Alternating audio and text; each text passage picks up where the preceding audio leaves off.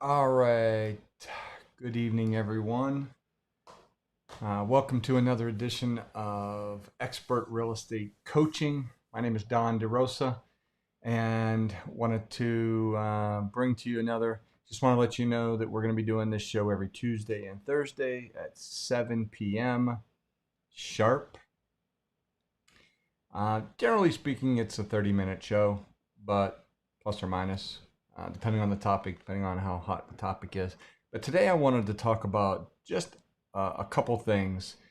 I saw in the news, let me get to this. I saw in the news today that, let's see if I can show you the title to this. Um, but the title of this is what happens when you don't pay your mortgage. Foreclosure. Well, I'm a little concerned about what's going on. I got the numbers today for unemployment, and we are now officially over 40 million. We added another 2 million people to unemployment.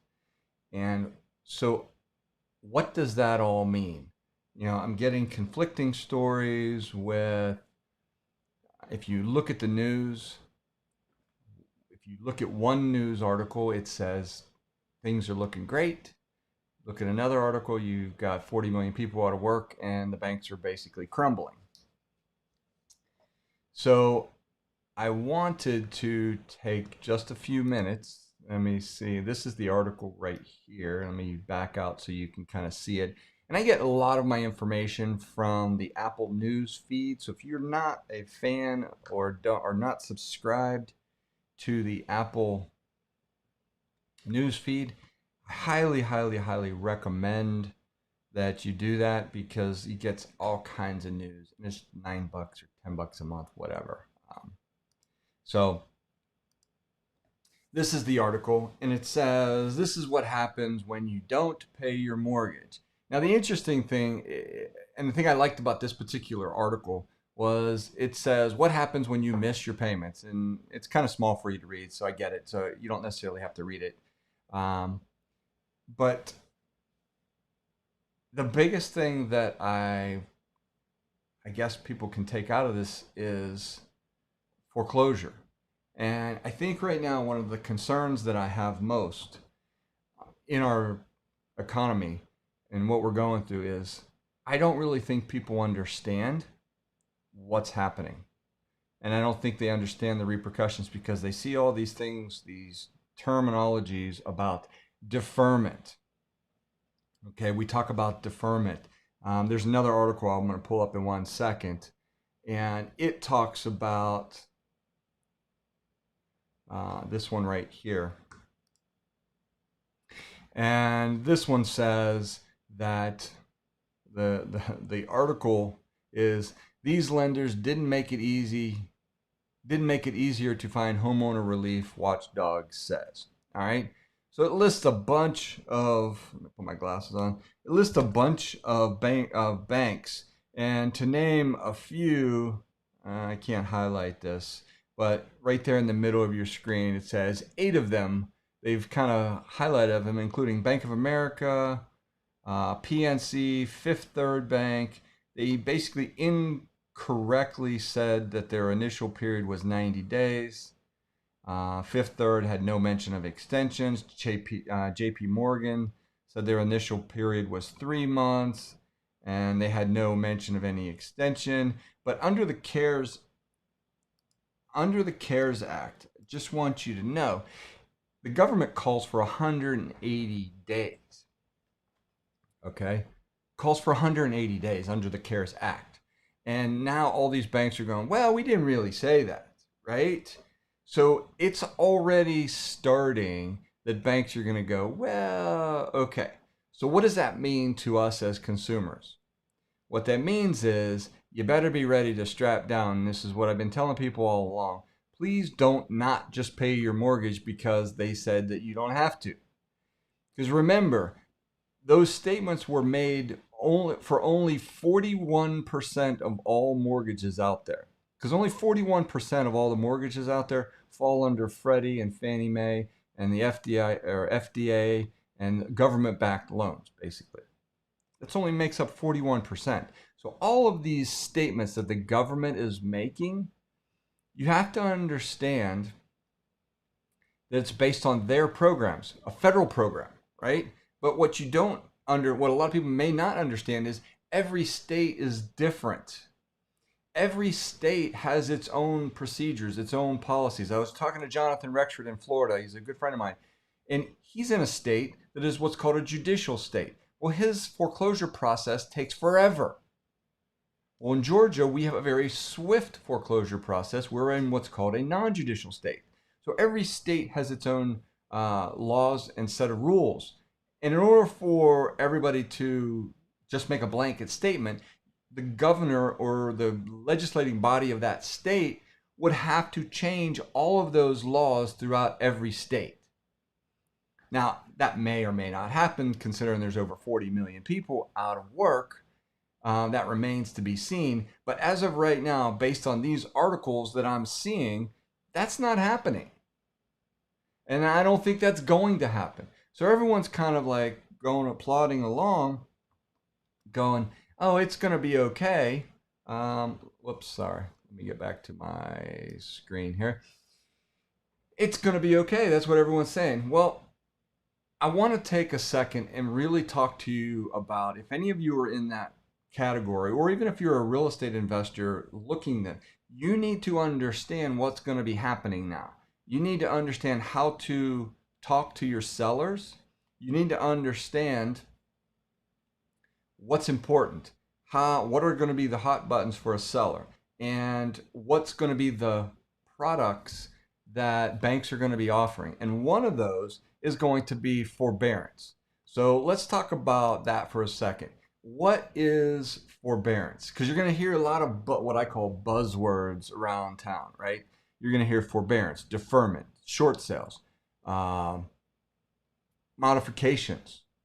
You're going to hear all of those things when you start talking about mortgages and what the other 60% of the mortgage companies are doing, the private ones of the world, like Bank of America, Truist, PNC, Chase, Wells Fargo, all of those banks, those are all private banks. Now, they get influenced by our government, and because of a few things, they don't want to be shamed into it. They don't want to do all this stuff and make look bad. So they kind of go along with public opinion. But at the end of the day, everybody has really short memories. So how is this going to affect us? I think what's going to do, and I've been talking about this for weeks now, and I'm probably going to continue to talk about this, but what this is going to mean for everyone is you're going to have a higher increase. Right now, everyone's still kind of milling around. They're still at home. Like, I know I haven't really gone. I've gone out a little bit more than I normally have in the last 2 months since middle of February or middle of March. But I still haven't really gone out and resumed my normal stuff. And I would suspect that most people haven't. A lot of people are, being more active now. But our economy, because I think what you're seeing out there, and you need to understand how to maneuver through the landmines of what public opinion is and what the mainstream media says. Okay, on one hand, you have mainstream media saying interest rates are super low. Correct, they are. Inventory is low. Correct, it is. And home prices are higher than ever. True, but not true, right? If you look at one individual piece like that and you look at that data and go, yep, that's right, that makes sense, I buy into that. But when you start going, okay, well, that's just one piece of data. But then you look at, if you read the news, you've got malls all across the country. The Mall of America, for example, in Minnesota, hasn't made a mortgage payment in 2 or 3 months now. It's going on 3 months. Okay. Now that may not sound like a lot. I mean, it is pretty significant. It's the largest mall in the United States. But the ripple effect, and I mentioned this on the last video I did on Tuesday, the ripple effect of that, people don't understand the implications of that. And what happens when a what we call a big box company like Neiman Marcus, J.C. Penney's, you name it, some of these, Dick's Sporting Goods, these are all usually what we call anchors. And these stores anchor a mall, and then all these little mom and pop stores come in. And they come in and they pay high rents based on the draw of the anchors. And their leases are written based on the anchors, right? So they have out clauses or different types of clauses in their lease agreement that says, hey, if you don't maintain these anchor stores, guess what? Our lease can be nullified or can be changed, can be altered, or rents can go up or down depending on that, right? And what we're not seeing is the full effect of that. Although you're seeing a lot of retail people going out of business, you're seeing a lot of mom and pops going out of business. So that really hasn't come to bear yet. We're just now in the infancy stage, and that's a trickle down effect. So let's talk about what is a forbearance, because that's the buzzword everybody's talking about. They're talking about a forbearance, and they're also talking about a deferment. A forbearance, I think I have, let me see if I have the actual definition of a forbearance. I do. So let's see if I can show that to you. Here is, put that up there. This is the actual definition of a forbearance. And I'll make myself a little bigger, a little smaller so you can see that, so you don't have to see that. Take forbearance down. So this is a forbearance. A forbearance, get these. Because you'll see this a lot of times when you're searching this online, you see a forbearance for student loans. That's a little more common. Forbearance really hasn't been very common in the mortgage industry for a very long time. There hasn't been a lot of that at all. Just like prior to 2008, there wasn't a lot of modifications going on. It was like an act of Congress to get a loan modified prior to 2008. Well, once 2008 hit, everything was modified. So things are changing now, right? You need to understand that. But forbearance is the buzzword now. It's one of the buzzwords.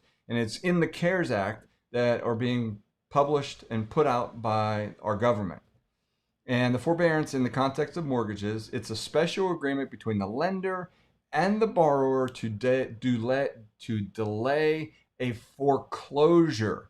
And you have to look at the definition. It's to delay a foreclosure, not to stop. It's to delay. That is the operative word that people are going to hang on. They're holding back on the foreclosure. So in a forbearance, what they're going to do is they're going to take, let's say you're 6 months behind, or let's just use current numbers. My payment is $1,000, let's say. And right now I called my mortgage company like I was supposed to do, and I entered into an agreement and a forbearance, right? They're going to make you choose a forbearance or a deferment. And when you first started, when you went to this, they may not even have had the deferment option available. So you've got a forbearance. A forbearance is basically when you take the 3 months and they will say, okay, we're going to hold off on foreclosure and we're going to spread those payments out over the course of 6 months. Well, if you've got $3,000, okay, spread out over 6 months, what is that? $500? $500 a month? Okay. Well, that just means that, okay, now once this forbearance, once the period ends, and that goes back to the article I just showed you where banks were saying 90 days, not 180 days, according to the CARES Act, right? So banks were saying, I'm only giving you 90 days. We're only identifying 90 days. Already out of the box, they're not telling people the right information. All right, so they're already trying to renege on this situation. So they're going to put you under a 90-day or forbearance, and that means that you pay for I'm sorry, 6 months. For 6 months, you're going to pay an additional $500 a month to catch yourself up. Otherwise, that on hold foreclosure is going to happen. They're going to exercise their right to foreclose. The forbearance is going to disappear, and you're going to get foreclosed upon. So be careful when you go into a forbearance, because you need to be able to make those payments at the end of that forbearance, whenever that period is agreed upon, right? Right now, it's been 90 days, 3 months, whatever, or under the CARES Act, I think it's 180 days. But that's what you need to understand. So as investors, how does this relate to investors like ourselves, right? The way it relates to us is we need to understand how we can help the homeowner maneuver through this. So my first choice, my first option is, here's what you can do as a homeowner to save your home, right? You've got a forbearance, you can do a short sale. Well, I can't really save it, but you can do a modification, you can do deferment, right? Those are things that kind of save it. Then they have other options for you to dispose of it if you need to, like a short sale or a deed in lieu of foreclosure, which hit you a little bit less on your credit, but doesn't go through the long drawn out process of all that, right? So you need to understand those options for your homeowner, so that when you sit down with them and they go, I don't know what to do. Okay, yes, I know we all want to, as investors, we all want to buy these types of homes, right? But there is no better feeling than when you sit down with someone and you can actually give them a solution that saves their home, right? Don't be one of these people that go in and try to take advantage of the homeowner. There's going to be enough opportunity out there for investors that people can't save themselves, that you're going to have available to you, let alone try to be sneaky and underhanded and try to get the deal that way. Don't do that. Not that you would, but there are some people out there that I kind of tend to think that's their MO. So that's forbearance. You have to understand the intricacies. In every bank, there is a difference. I think there is. So let me show you this. These are the types of forbearance, if you will. Throw myself down there. One, you have what's called a full moratorium on payments. Then you have a reduced payments. So it's almost like a modification where it's slightly above interest only. Sometimes there's a negative below interest only if the bank really doesn't want the house back. And I've never seen that. The only time I've ever seen that is in modifications in 2008, 2009, when they were modifying a lot of those. They went from the prevailing rate of, let's say, 5-6%.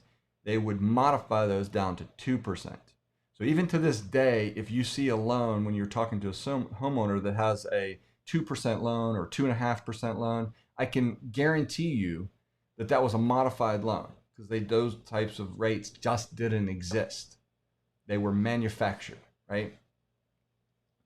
You can do the third one, which is the reduced interest rate, and then split mortgage, or you can split it up, right?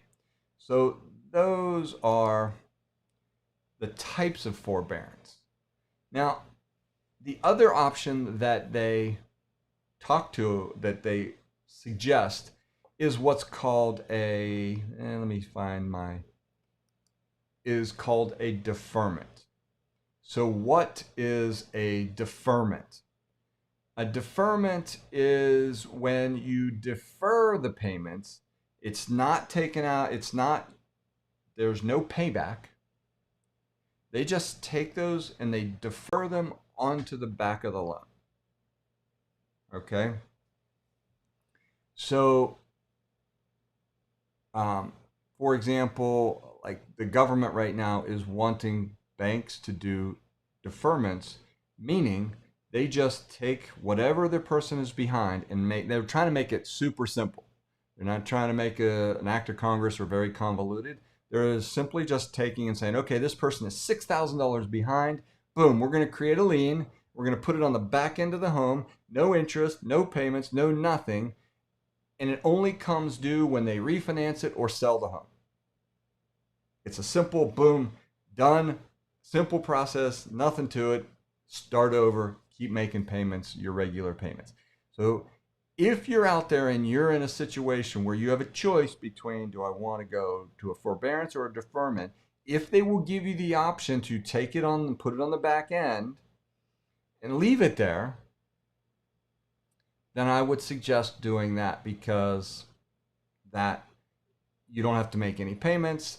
It doesn't really hurt you. It's just kind of a reset and moving forward. But again, one thing you have to understand on all of these that we don't really talk about is you have to qualify. Okay? And what does that mean based on whatever lender it is? Okay, so what does that mean? What does qualifying mean? Well, every lender is different. Every lender has their own qualifications. Now, there may be some government standards going to be coming out that says, okay, in order to qualify for this, and there may be some already in place, right? But remember, these are private companies that they don't. These are suggestions from the government. You know, these are suggestions. They're not requirements, because the government can't require a business to do that. They can suggest it, highly suggest it, and even penalize them with whatever programs they have or incentives. But nonetheless, these are private individuals, and they're in states that have their own unique laws. So it's going to be convoluted out there. So my point to you, and this is going to be a fairly short video today, because I just wanted to talk to you about the difference between forbearance and deferment, and how we talk to the homeowner, and what can we take out of this? How can we learn and improve everything by understanding these programs? When you sit down with a homeowner that's in foreclosure or it's in trouble, and they call you based on your marketing. Let's say you put some bandit signs out or whatever, wherever, if bandit signs are legal where you are. But let's say you put whatever marketing you have out there, right? And they call you on it. You need to be well versed in all the different programs that they should try before they sell to you. At least that's my opinion. By the way, so Daphne said, great or good topic, Daphne. Thanks, Daphne. I appreciate it. Anybody else has any comments or questions, please feel free to put them in the comment section. I'd love to hear any comments or questions you have before I wrap this up. But I wanted to take and kind of summarize what I talked about today, because again, I want this to be a 30 minutes show, and we're already at 27 minutes, or 23 minutes, excuse me. So my point is, when you sit down and you go to a seller's home, they're going to be calling you. They're calling you because you're the expert. They're calling you because they think you know more than they do. And that should be the case, right? If you're going to be buying their home or making an offer on buying their home, you very well should be the professional. You should be the person that knows more. And you should be, let me give you an example. Good customer service in this country is dead, in my opinion. And it's very rare that companies actually practice, especially large companies, practice good customer service. But when I find one of those things, I am absolutely it renews my faith in the common man, right? Or person. I have an auto mechanic. My son's car is older, and if I took that to another mechanic, and not say all mechanics, but another mechanic, all of a sudden it's a $600 bill. This needs to be fixed. This needs to be fixed, because the check engine light was coming on. And I took my car into James, and I've been using James for as long as I can remember. And this is the guy that moves heaven and earth to get me in there, knows that I'm busy, knows about me, And when when I talk to him, he listens, because I'll know that because 6 months, I'll have a conversation a year, because I don't take my cars in every day. A year ago, he will reference something that I said to him, very small. And that tells me that he listens. He's got good customer service. He takes good care of you. So I look at people like that, and I want everyone to go to him because he's outstanding. So I look at that and go, this is how I want to be. I want someone else in this business to look at me and go, that is a good guy. That is a guy that cares more about them than he does himself. Okay. Now, you may not be like that. I hope you are. I think you are. But in my opinion, that's the type of person that will get further in this business, because, yes, there are going to be deals that you lose because you help someone. And that should make you sleep better at night. But then there's going to be deals that you help someone that they can't because they're too far gone. And then you come in and you actually help them a different way. Okay? So understanding forbearance, understanding deferment.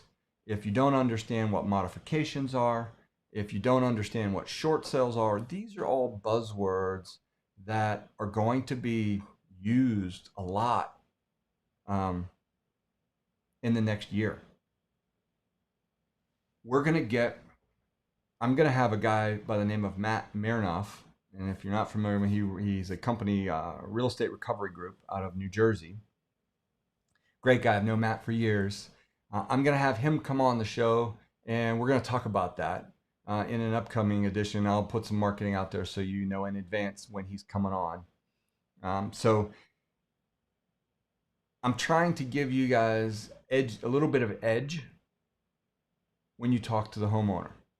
So with that being said, if there's no questions, I'm going to kind of let me do this, put my picture up here, and we're going to go from there.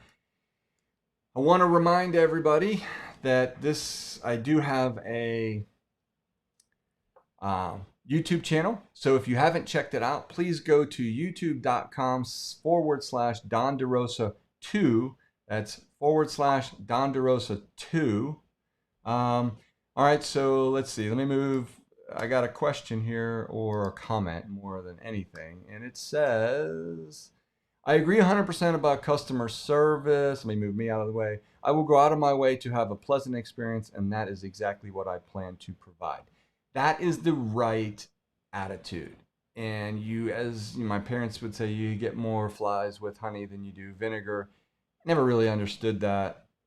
I mean, it's kind of a gross analogy, but it's true, right? The golden rule, and not the one, whoever has the gold makes the rules, the real one, the biblical one, do unto others as you would have them do unto you. Think about how you want to be. If you were in their shoes, how would you want to be treated? Right? I mean, that's really the case. How would you want to be treated? And that's how I want everybody to go forth. But anyways, if you like this, please go to my YouTube channel at youtube.com/Don DeRosa 2. That's Don DeRosa 2. If you're interested in other educational things like subject to, private lending, creative deal structuring, wholesaling, anything else, we have 19 different courses. They're all on COVID-19 special pricing right now, because we know what it's like out there, and we know that people are going to want this information, and we're going to make it affordable to them. So go to HTREI, check it out if you're interested. And that's it. So I think that is all I have today. Get back to me. If you are in the Atlanta area and you would like to be on one of our group coaching sessions, you can go to this right now. Now, this is temporary until we come out of shelter in place, because we're doing a lot of webinars.